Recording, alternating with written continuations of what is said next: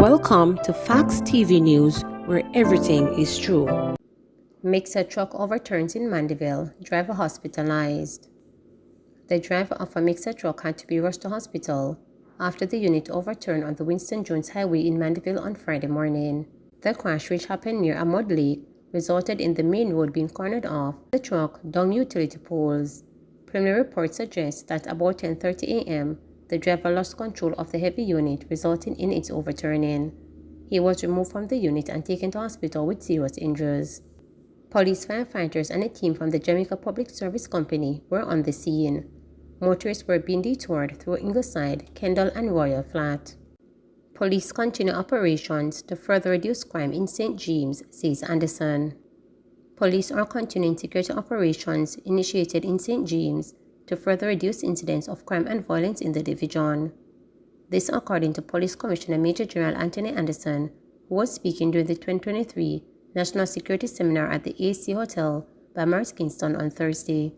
Sharing statistics, Anderson said St. James recorded a significant reduction in murders committed during the period December 11, 2022 to January 11, 2023. For the period under review, 6 murders were committed, he informed, while noting that there were 19 murders for the corresponding period last year.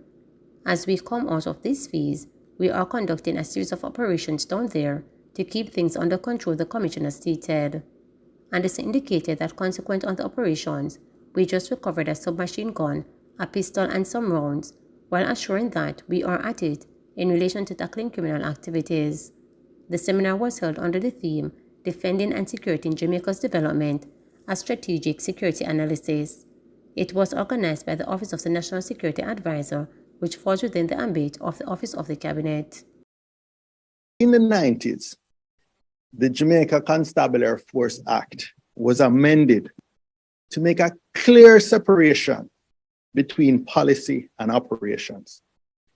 And I am concerned that the continued public advocacy by the Commissioner and members of the High Command, especially after Parliament has decided against it, I believe that the continued public advocacy for states of emergency after Parliament had decided is wrong.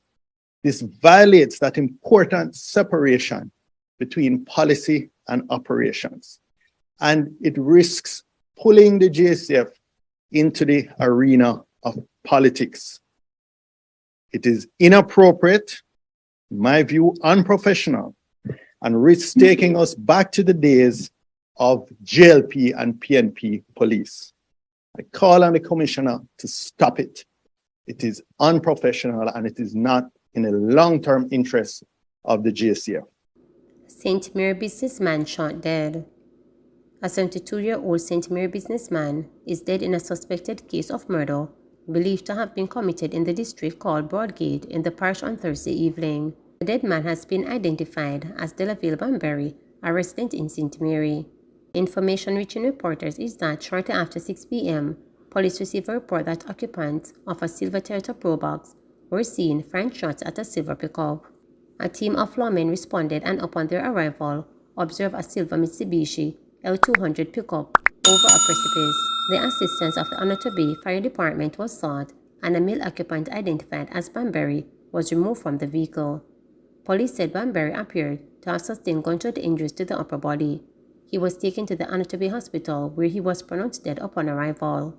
It is understood that an undetermined amount of cash was found at the scene. Suspect charged following attack on JLP councillor in West Kingston. One of the suspects, who was being sought for last month's attack on Jamaica Labour Party councillor Jermaine Hyatt in West Kingston, has been charged. Romario Brown, otherwise called Beanie, was charged Thursday following an identification parade. Brown, 25, has been charged with 4 counts of shooting with intent, possession of prohibited weapon, and unauthorized possession of ammunition. The Kingston Western Police say on December 8, Mr. Hyatt, who is a Jamaica Labour Party councillor for Denham Town area, was holding a meeting with residents along Chestnut Lane and Tiplin Lane when 3 gunmen opened fire at him and ran towards North Street. Members of the Jamaica Defence Force, who were posted at the Bread Lane and North Street checkpoint in Denham Town Zone of Special Operations, heard the explosions and saw residents running in their direction. The soldiers challenged the men and this led to the exchange of gunfire. The men managed to escape. It was later discovered that Mr. Hyatt's motor vehicle was damaged by a bullet. More than 20 spent shells were found at the scene. Following an investigation, Brown was captured. The other suspects remain at large. Phone thief accuses cop of trying to sink the thiefdom. An 18-year-old man who was charged after he allegedly attempted to steal a cell phone is accusing a member of the Jamaica Constabulary Force JCF of harassing and trying to sink the thiefdom. The man, Kevin Russell, made the remarks on Tuesday in the Kingston and St. Andrew Parish Court when he was hauled before Senior Parish Judge Laurie Ann Cole Montague.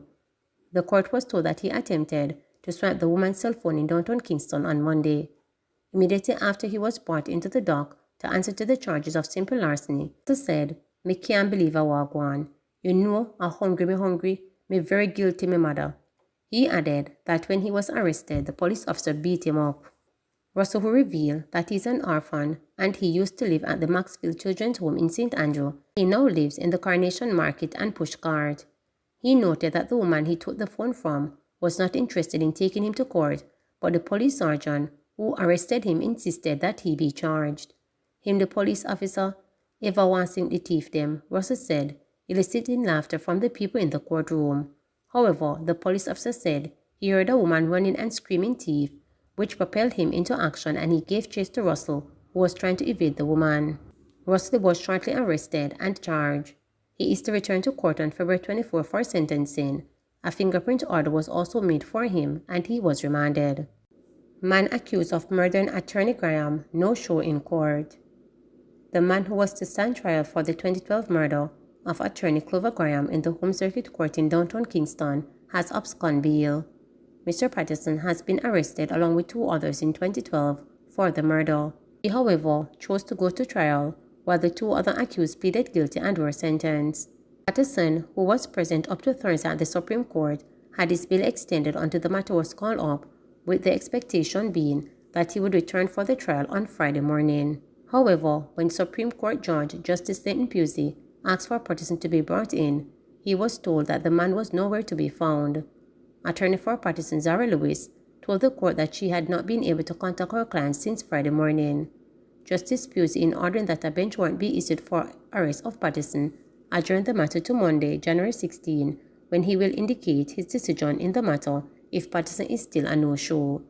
The accused man still being tried and sentenced in his absence based on the law. That decision rests on the trial judge. Man ordered to pay $160,000 after attempting to run over ex-girlfriend with car. A man was ordered to pay a total of $160,000 in restitution on Tuesday after attempting to run over his now ex-girlfriend with a car. Darren Burrow appeared in the Kingston and St. Andrew Parish Court before Senior Parish Judge Laurie Ann Cole Montague to answer to 2 counts of assault occasioning actual bodily harm and 1 count of assault at common law. He pleaded guilty to the first count of assault occasioning actual bodily harm, but the woman revealed that she would not continue with the other charges if he paid her restitution, since she will be starting school after the Easter holiday. Darren agreed to the terms and will pay $70,000 and $60,000 for the first and second count of assault occasioning actual bodily harm, and $30,000 for the charge of assault at common law. The court was told that after the relationship soured on October 31, Darren allegedly pointed a knife at the woman, grabbed her arm, which caused an injury to her arm. It was also revealed that he chased her with the knife. Following the incident on November 2nd, Darren allegedly tried to use his motor vehicle to run over the woman during an altercation. "It is not my desire to have any young man locked up. This is a woman who you were telling sweet words of once," Cole Montague said, before ordering him to return to court on February 7 for sentencing on the matter he pleaded guilty to. He was further remanded. "The only thing that will make you come out of this custody is a seizable amount, at least $70,000 on the sentence matter," the judge said. A fingerprint order was also made for him. Agriculture Minister calls on board chairpersons to share knowledge and skills. Board chairpersons of entities under the Minister of Agriculture and Fisheries have been encouraged to share their knowledge and skills to achieve greater efficiency in the different sectors. The call came from Minister of Agriculture and Fisheries Pernell Chance Jr. during a recent meeting with the board chairpersons.